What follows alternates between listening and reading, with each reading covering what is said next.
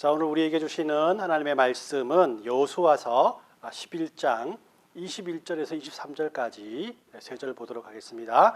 여호수아서 11장 21에서 23절까지 말씀 우리 함께 읽도록 하겠습니다. 우리 같이 21절부터 읽습니다. 시작. 그때에 여호수아가 가서 산지와 헤브론과 드릴과 아납과 유다 온 산지와 이스라엘 온 산지에서 아낙 사람들을 멸절하고 그가 또 그들의 성읍들을 진멸하여 바쳤으므로 이스라엘 자손의 땅에는 아낙 사람들이 하나도 남지 아니하였고 가사와 가드와 아스도데만 남았더라. 이와 같이 여호수아가 여호와께 모세에게 말씀하신 대로 그 온 땅을 점령하여 이스라엘 지파의 구분에 따라 기업으로 주매 그 땅에 전쟁이 그쳤더라. 아멘. 제가 오래전에 그 나비 효과에 대해서 말씀을 드린 적이 있는 것 같습니다. 쉬운 말로 이런 거죠, 그죠? 중국에서 나비 한 마리가 날갯짓을 하면 그것이 미국에 와서는 토네이도를 일으킨다라는 그런 내용입니다. 요즘은 이것이 이론으로만 그치는 것이 아니고 실험과 계산을 통해서 실제적으로 가능한 일이라는 사실이 밝혀졌다는 소식을 듣게 되었어요. 그래서 예전에는 나비 효과라는 것들이 소설이나 영화에 좋은 소재가 되었지만은 지금은 경제학에서도 통계학에서도 물리학에서도 많이 사용되고 있다고 합니다. 경제학에서 어떻게 이용되냐고 알아봤더니만 여러분들 배터리를 만드는 데 사용하는 히토리라는 광석이 있지 않습니까? 그죠? 이것이 세계적으로 특정한 나라에만 나는 그런 광석이라고 합니다. 이 광석의 수출과 수입량의 아주 작은 변화가 몇 달 뒤에 전 세계의 배터리 시장과 또 전기차 시장에 막대한 영향력을 미친다라고 하는 거예요. 그러니까 이 참 이해하기도 쉽고 어떤 면에서 신기한 그 일이라고도 할 수가 있는 겁니다. 이 그리스도인들은 이런 현상을 보면서 이것을 나의 이익을 위해서 주식 투자를 위해서 깊이 묵상하고 이걸 주식 투자를 해야겠다 이런 마음으로 그것을 바라볼 수도 있겠지만 우리들의 신앙적인 삶에도 이런 나비 효과라는 그런 이론이 여러분들의 묵상을 통해서 한번 되뇌어야 되지 않겠나라는 생각을 합니다. 저는 이 나비 효과 이론이 우리들의 영적인 법칙에도 그대로 적용된다는 생각을 해봤거든요. 우리의 삶 속에서 내가 놓치거나 잊어버리거나 그냥 넘어갔던 것들이 시간이 지나서 나에게 큰 영향력을 미치게 되고 그때서야 자신의 실수를 아쉬워하면서 우리의 마음을 다시 고쳐먹는 경우가 꽤 많기 때문입니다. 그렇다면 틀림없이 성경의 이야기 안에도 아마 이러한 비슷한 경우를 많이 찾을 수 있지 않을까라는 생각을 하면서 찾아보니까 오늘 읽은 우리 본문 말씀인 여호수아서 11장 말씀을 통해서 한번 제가 발견하게 되었어요. 하나님은 여호수아에게 이스라엘 백성들을 이끌고 가나안 땅으로 들어가서 가나안 땅 원주민들을 진멸하고 그 땅을 빼앗아서 이스라엘의 기업으로 삼을 것을 명령했습니다. 가나안 땅에 있던 원주민들과의 싸움에서 승리하고 그들에게서 그 땅을 완전히 내쫓는 것이 여호수아에게 주어진 귀한 하나님의 사명이었던 것이죠. 이 본문에 기록된 바와 같이 여호수아는 가나안 정복 전쟁을 다 끝내고 23절을 통해서 그 땅에 전쟁이 그쳤더라라고 전쟁 종식을 선포하고 있습니다. 그런데 여기서 중요한 이야기를 우리가 놓치기 쉽습니다. 하나님께서 모든 가나안 땅의 원주민들을 물리치고 쫓아내라고 말씀을 하셨으나 오늘 본문 22절에 보면은 이렇게 돼 있죠. 22절 말씀 보니까 이스라엘 자손의 땅에는 아낙 사람들이 하나도 남지 아니하였고 가사와 가드와 아스도데만 남았더라라고 이렇게 말을 해요. 이 아낙 사람들은 모두 물리쳤는데 가사와 가드, 아스도리라는 그 지역의 사람들은 쫓아내지 않았다라고 이렇게 말하는 거예요. 이 사실에 대해서 우리는 사사기를 살펴보면서 한번 다뤄보았습니다. 사사기 1장에도 보면은 여호수아를 통하여 자신의 땅을 배분받은 12지파 사람들이 각각 자신의 땅에 살던 이방 사람들을 잔당들이죠, 그죠? 잔당들을 내어 쫓는 그런 이야기가 나오거든요. 하나님께서 왜 이방 사람들을 다 쫓아내려 했을까라는 생각을 해봅니다. 하나님께서 이런 명령을 내리신 것은 이스라엘 백성이 세상의 원리와 타협하지 않고 세상 것들을 좋아하지 말고 그것들과 섞이는 것을 바라지 않았기 때문이라고 하나님께서 우리에게 말씀을 합니다. 그들을 남겨놓으면 그들을 마음속에 품게 되면 틀림없이 그들을 따라하게 되는 것이 죄를 쫓는 우리 인생들의 연약함이라고 말씀하고 있는 것이죠. 그런데 몇몇 지파들은 힘을 썼음에도 불구하고 그들을 다 내어쫓지 못합니다. 여러 가지 핑계를 대죠, 그죠? 그들은 철병거를 가지고 있어서 신식 무기를 가지고 있어서 우리가 도저히 그들을 내쫓지 못합니다. 돌아가서는 산 위에 거하기 때문에 그까지 올라가기 너무 힘들어서 그들을 내쫓지 못합니다. 또 어떤 면에서는 너무 친하게 지내서 그들이 종으로 자기네들을 섬긴다고 말하기 때문에 어떻게 이걸 내어쫓을 수 있겠습니까? 라고 많은 사람들이 하나님의 명령이 있음에도 불구하고 이런 핑계 저런 핑계를 대며 그들을 남겨놓고 그들과 함께 살아가게 되었다라고 사사기를 말하고 있어요. 자, 이 사람들이 왜 그랬을까라는 생각을 한번 해봅니다. 이스라엘 백성들이 살아가는데 그 사람들이 전혀 불편이 없었기 때문에 이런 결정을 하게 되었다라고 할 수 있지 않습니까? 이스라엘 사람들의 이런 생각의 원인을 계속해서 따라 올라가 보니까 우리 정복 전쟁 직후에 여러 가지 이유로 이방 사람들을 남겨놓았던 오늘 본문의 여호수아와 이스라엘 백성들이 그 시초라고 할 수 있다라는 거예요. 그럼 이 이야기의 중심이 되는 아낙 사람들이란 도대체 어떤 사람들인가? 아낙 사람들은 헤브론을 중심으로 산악지대에 살아가던 이 가나안 초기 원주민들을 말합니다. 그들은 몸집이 아주 크고 힘이 센 사람들이라고 할 수 있어요. 가나안 정복에 앞서서 12명의 정탐꾼들을 가나안 땅에 보내지 않습니까? 가나안 땅에서 보내서 너희들이 우리가 가나안 땅을 정복할 수 있을 것인지 말 것인지를 한번 알아보고 보거라 했을 때 가나안 정복에는 실패할 것이다 하고 보고했던 10명의 사람들은 그들은 거인 같고 자신들은 메뚜기와 같다라고 질겁을 하며 보고를 해요. 그때 정탐꾼들이 보았던 사람들이 바로 이 아낙 사람들과 같은 사람이었다라고 할 수 있는 거예요. 이렇게 본다면 아낙 사람들은 이스라엘 사람들에게는 이 두려움의 대상이 될 수밖에 없습니다. 그죠? 아낙 사람들을 그래서 아낙 사람들을 이스라엘 사람들이 다 물리친 것도 오늘 신기한 일이고, 그죠? 또 이 사람들을 하나님께서 초토화시키시고 이기시게 해주는데도 불구하고 그들을 또 조금 남겨놓은 그 이스라엘 사람들도 이해가 되지 않는다라고 할 수가 있는 겁니다. 우리들이 쉽게 지나쳐버리기 쉬운 일들이 결국 큰 일로 다가오는 경우를 우리가 많이 경험하게 됩니다. 그리스도인들은 이런 경우에 어떻게 살아가야 할까요? 오늘 이 본문 말씀을 통해서 여호수아와 이스라엘 백성들이 가나안 정복 전쟁의 승리와 기쁨 때문에 가사와 가드와 아스돗 지방에 남겨놓은 아낙 사람들이 오랜 시간 뒤에 이스라엘 백성들에게 어떤 영향력을 미치게 되었는가, 그들이 어떤 나비 효과로 이스라엘 백성들에게 고민거리가 되었는가에 대해서 오늘 말씀을 통해서 살펴보려고 하는 겁니다. 먼저 이 가사에 남겨놓은 아낙 사람들입니다. 이 사람들이 어떻게 나비 효과를 통해서 이스라엘 백성들에게 짐이 되었는가.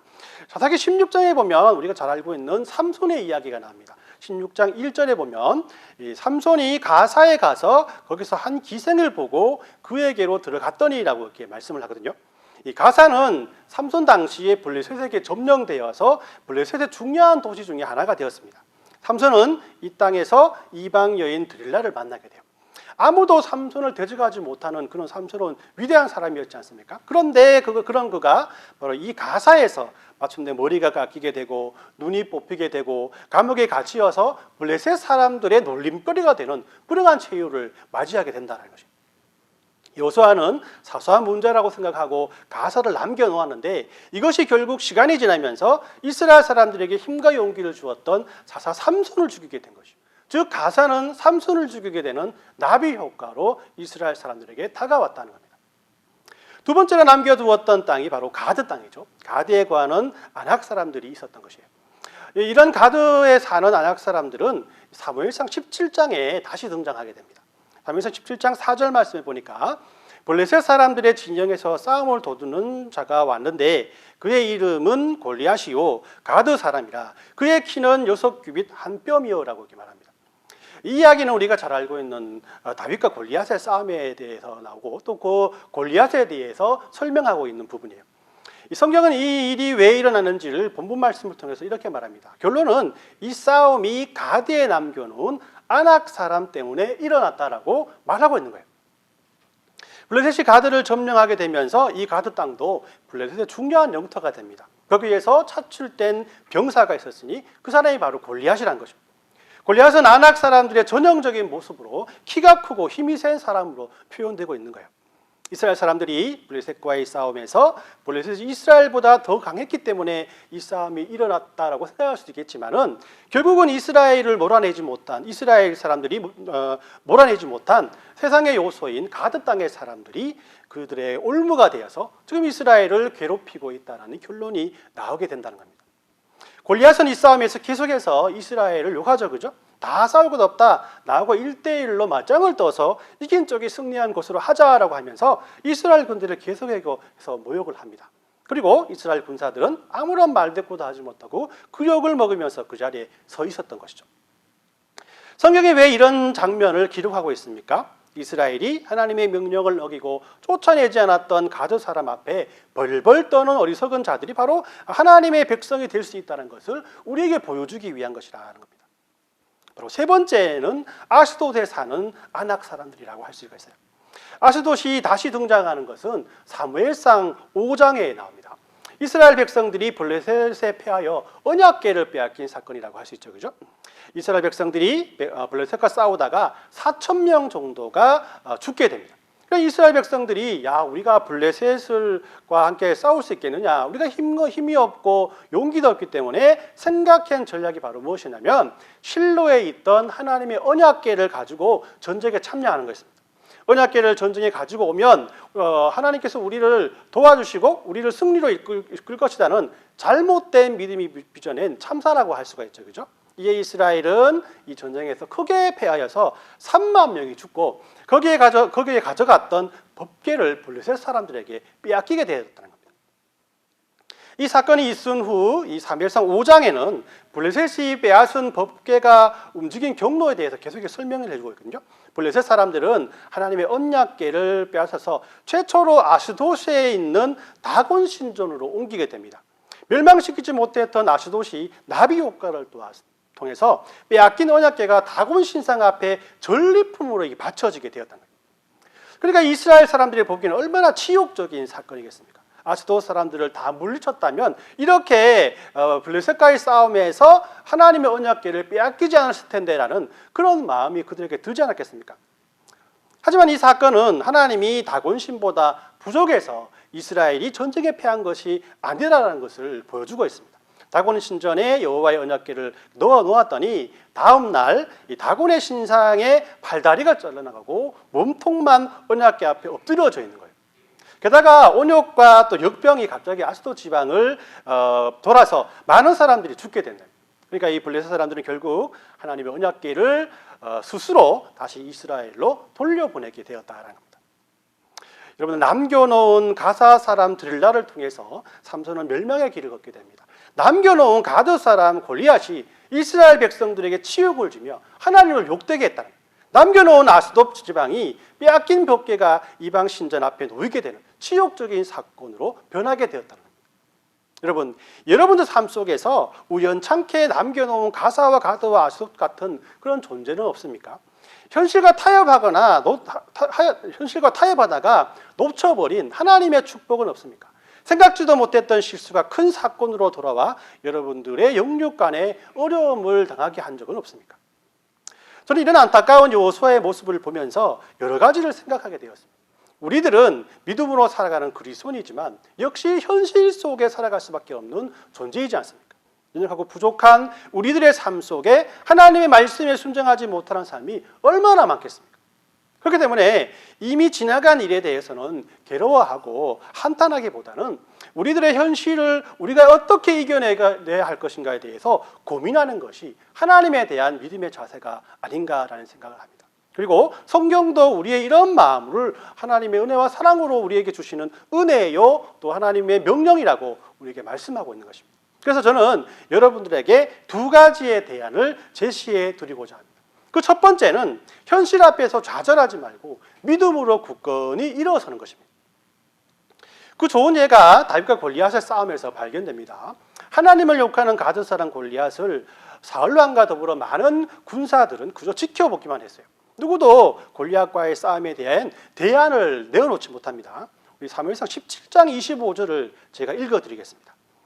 이스라엘 사람들이 이르되 너희가 이 올라온 사람을 보았느냐? 참으로 이스라엘을 모욕하러 왔도다. 그를 죽이는 사람은 왕이 많은 재물을 부하게 하고 그 딸을 그에게 주고 그 아버지의 집을 이스라엘 중에서 세금을 면제하게 하시리라라고 말합니다. 이 다윗이 현장에 가서 어째 해보려고 했지만은 많은 사람들이 그 대안에 대해서 말하는 거예요. 왕이 골리앗을 죽이는 사람들에게 딸도 주고 세금도 면제해 준다더라라고 이런 말만 계속하는 거예요. 또 26, 27절을 제가 읽어드립니다. 다윗이 곁에 서 있는 사람에게 말하되 블레셋 사람을 죽여 이스라엘의 치욕을 제거하는 사람에게는 어떠한 대우를 하겠느냐? 이 할례 받지 않는 블레셋 사람이 누구이기에 살아계신 하나님의 군대를 모욕하겠느냐? 백성이 전과 같이 말하여 이르되 그를 죽이는 사람에게는 이러이러하게 하시리라 하니라라고 말해요. 이 다윗이 블레셋 사람을 죽여서 이스라엘의 치욕을 갚아야 하는데 어떤 상급 주느냐에 대해서 관심을 가져야 되겠느냐? 27절에 보니까 백성들은 계속해서 이런 다윗의 말을 듣고도 죽이는 사람에게 보상을 이런 보상을 준대, 이런 보상을 준대 이 말밖에 하지 않는 거예요. 자, 이 의미가 무엇입니까? 이 대안이 없다는 거예요. 그 누구도 나가서 싸우고 싶어하지 않다라는 겁니다. 이때 하나님께서는 깊고 깊은 그 문제였던 여호수아와 이스라엘 백성들이 쫓아내지 않는 가나안 사람들을 실수의 뿌리로 생각하고 또 그 대안으로 목동 다윗을 오늘 본문 말씀을 통해서 출현시키고 있는 거예요. 결국 다윗은 골리앗을 이기고 이스라엘은 블레셋 사람들을 모조리 쳐 죽이게 됩니다. 이 전쟁은 골리앗이 나타났으니까 골리앗보다 더 센 자만이 그를 이길 수 있다는 생각을 가진 현실만을 바라보는 사람에게 아니다. 전쟁은 하나님께 속하였기 때문에 하나님을 의지하고 나가는 사람에게 승리를 이끌어 주실 것이다라는 진리의 말씀을 깨닫게 하는 말씀이라고 할 수 있는 겁니다. 이 어렵고 힘든 현실은 우리들의 힘으로는 넘기 너무나 힘듭니다. 우리들의 부주의 때문에 생긴 결과를 우리의 힘으로 막을 수 있겠습니까? 다윗이 모든 사람들이 현실 앞에서 좌절하고 대안을 세우지 않았을 때 하나님의 도우심을 믿고 믿음으로 굳건히 서면서 모든 문제를 해결해 주실 하나님을 경험하게 된 것입니다. 그래서 다윗은 이렇게 골리앗 앞에서 믿음으로 굳건히 서게 되죠. 칼과 창과 단창이 전쟁의 승리를 주는 것이 아니라 하나님의 힘으로 나가는 것이 승리를 준다. 왜냐하면 모든 전쟁은 하나님께 속해 있기 때문이다.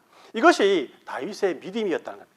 그래서 우리들의 기도는 이런 우리의 연약함을 하나님께 아뢰면서부터 시작돼야 됩니다.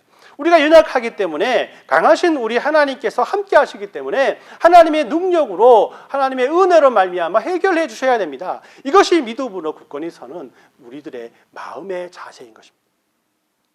두 번째 제안은 우리 지금부터라도 믿음의 씨를 뿌려보자라는 것이에요. 아스돗에 있는 다곤의 신전 안에 빼앗긴 법궤가 놓이게 되었습니다. 이런 현실을 접한 이스라엘 백성들의 심정은 어떠했을까요? 당시 이스라엘 백성들의 심정을 살펴볼 수 있는 것이 이 전쟁의 법궤를 가지고 나가자고 선동했던 제사장, 즉 이 바로 엘리의 제사장의 아들인 홈리와 비느하스를 보면 잘 살펴볼 수가 있습니다. 사무엘서 4장에 보면 이스라엘이 법궤를 빼앗긴 전투에서 홈리와 비느하스가 죽음을 당하고 그 소식이 엘리 제사장에게 전해지게 됩니다. 엘리가 그의 아들들이 죽었다는 소식을 듣고 비통했지만은 이 법궤까지 빼앗겼다는 소식을 듣고는 놀라서 의자에서 뒤로 넘어져서 목이 부러져서 죽음을 당했다라고 성경이 이렇게 설명을 하고 있어요. 그리고 비느하스의 아내가 임신을 하고 있었는데 이 소식을 듣고 또한 놀라서 갑자기 해산하면서 죽게 되었는데 죽을 때 아이의 이름을 하나님의 영광이 떠났다라는 뜻의 이가봇이라고 짓게 됩니다. 제사장이 놀라서 죽고 아이의 이름을 하나님의 영광이 떠났다는 뜻으로 짓는다는 것은 이 사건이 얼마나 그들에게 큰 충격을 주었는지에 대해서 잘 설명해 주고 있는 것입니다. 결국 빼앗긴 하나님의 법궤는 다시 이스라엘에게로 스스로 돌아가게 되죠. 이때까지 이스라엘 백성들이 해야 할 일이 무엇이었겠습니까? 빼앗긴 법궤를 위해서 그들이 노력하고 다시 찾기 위해서 노력한다고 해서 그것이 다 이루어질 수 있겠습니까? 아니죠. 아무 일도 할 수 없었습니다. 그들은 결국 법궤가 돌아올 때까지 하나님 앞에 자신들의 믿음 없음을 내어놓고 그분께 돌아가기 위해서 머리를 숙이고 하나님께 참회의 기도를 드렸을 것입니다. 믿음의 씨앗을 뿌렸다는 것이 바로 이런 기도의 모습을 우리에게 보여주고 있는 거예요. 우리들은 이런 상황 속에서 다시금 하나님을 잊어버리고 불신의 씨를 뿌리지 않고 믿음의 씨를 뿌리면 된다라는 것입니다. 믿음의 씨를 뿌리는 순간부터 믿음의 열매가 맺히지 않겠습니까? 더 이상 그 순간부터는 불신의 열매가 맺히지 않는다는 것입니다. 그렇기 때문에 우리들은 지금부터라도 믿음의 씨를 뿌리기 위해서 노력해야 합니다. 여호수아가 실수로 여호수아의 실수가 나비 효과를 통해서 이스라엘에게 어려움을 안겨다 주었다면 여러분들의 믿음의 씨는 또한 나비 효과가 되어서 큰 축복의 열매를 여러분들에게 안겨다 줄 것이라는 거예요. 여러분, 이 100여 년 전에 조선이란 땅은 이름도 들어보지 못하고 보잘것없는 연약한 나라였습니다. 이런 조선 땅에 많은 외국인들이 들어왔지만은 그 중에는 이름 없이 빛도 없이 이곳에 와서 복음의 씨앗을 뿌리고 간 선교사들이 많이 있었어요. 이들은 수고도 노고도 아무도 알아주지 않았지만은 그러나 그의 믿음의 씨앗이 나비 효과를 통해서 지금 저와 여러분들을 있게 했지 않습니까?